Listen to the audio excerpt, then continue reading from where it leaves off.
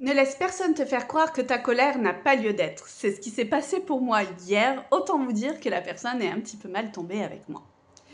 Comme j'ai l'habitude de dire à mes clientes, nous ne sommes pas des robots, nous sommes des êtres humains et notre condition d'être humain est justement d'avoir des émotions et des sentiments. Nous avons pris l'habitude de classer ces émotions et ces sentiments dans deux catégories. Ce que nous aimons ressentir, joie, fierté, voilà, et ce que nous détestons ressentir, colère et tristesse. C'est pas pour autant que ces deux émotions-là ne sont pas légitimes à ressentir et du coup qu'elles n'ont pas leur raison d'être. Bien au contraire. Derrière la colère se cachent souvent d'autres émotions. Ce qu'elle m'a permis hier, c'est de dire 1. Je ne suis pas d'accord avec ce que tu es en train de dire. 2. De poser ma limite. Stop à ça. Je ne te permets pas de. La colère aussi derrière la colère peut se cacher une peur. Vous êtes déjà peut-être retrouvé en train de gronder un enfant parce qu'il courait au bord de la route et que vous avez cru qu'il allait se faire écraser. Mais qu'est-ce que t'as fait? Ça va pas, non? Derrière la colère, il peut y avoir aussi de la tristesse. Personne ne me voit. Personne ne m'entend. Oh, est-ce que j'existe? Se faire entendre. Donc il peut y avoir un tas de choses derrière cette colère. Et bien sûr, cela se lit sur notre visage. Autant vous dire que quand je suis en colère, je suis rouge cramoisi, j'ai des flèches qui sortent par les yeux et de la fumée qui sort par les oreilles. Et donc, hier, la personne m'a dit « Oui, je vois que vous êtes en colère et je ne suis pas responsable de vos émotions. » Effectivement, elle a raison. Elle a raison et elle a tort à la fois. C'est-à-dire, c'est ses propos qui m'ont mise en colère, moi. Mais c'est parti de ses propos.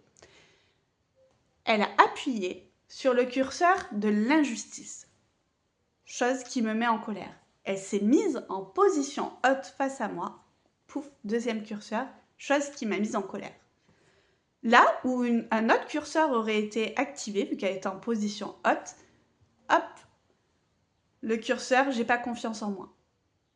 Ce n'était pas le cas. Mais face à une autre personne, ça aurait très bien pu l'être. Je suis trop nulle, elle a raison. Et là, la personne aurait pu totalement s'effondrer. Voilà. En tout cas, oui, l'autre n'est pas responsable du curseur qu'elle active chez nous. Par contre, elle est responsable de la manière dont elle dit les choses. Et c'était ce que je reprochais à cette personne-là. En tout cas, voilà, vous l'aurez compris, la colère a sa raison d'être et personne n'a le droit de vous dire quand et comment ressentir votre émotion. Nous ne sommes pas des robots et effectivement, en fonction de notre parcours de vie, de nos blessures, de nos valeurs, de ce que nous ne voulons plus accepter dans notre vie, il y a des petits curseurs comme ça qui s'activent. J'espère que cette vidéo t'aidera à déculpabiliser lorsque tu seras en colère. Par contre, je tiens à attirer ton attention quelque part. Être en colère ne veut pas dire que nous avons le droit de faire tout et n'importe quoi. Interdit les objets volants, interdit les insultes et interdit de taper. Nous devons exprimer notre colère de la bonne manière et c'est d'ailleurs ce que j'apprends à faire notamment aux enfants ou aux adolescents qui viennent me voir en présentiel. Voilà.